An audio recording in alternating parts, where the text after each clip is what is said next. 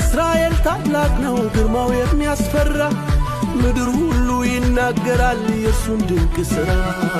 ብርሃን ተላብሶ ደምቆ ፊቱ ያበራል ዙፋኑ አይነቃነቅ ጸንቶ ይኖራል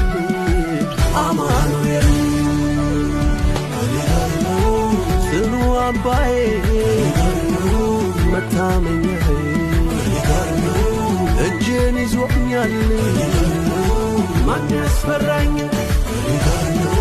ጽኑ አምባዬ መታመኛዬ እጄን ይዞኛል ማን ያስፈራኝ መክበብንስ ከበውን ነበረ የደነፋ እያሸበረ መፍራት የለም እመኑ ጽኑ እንጂ እመኑ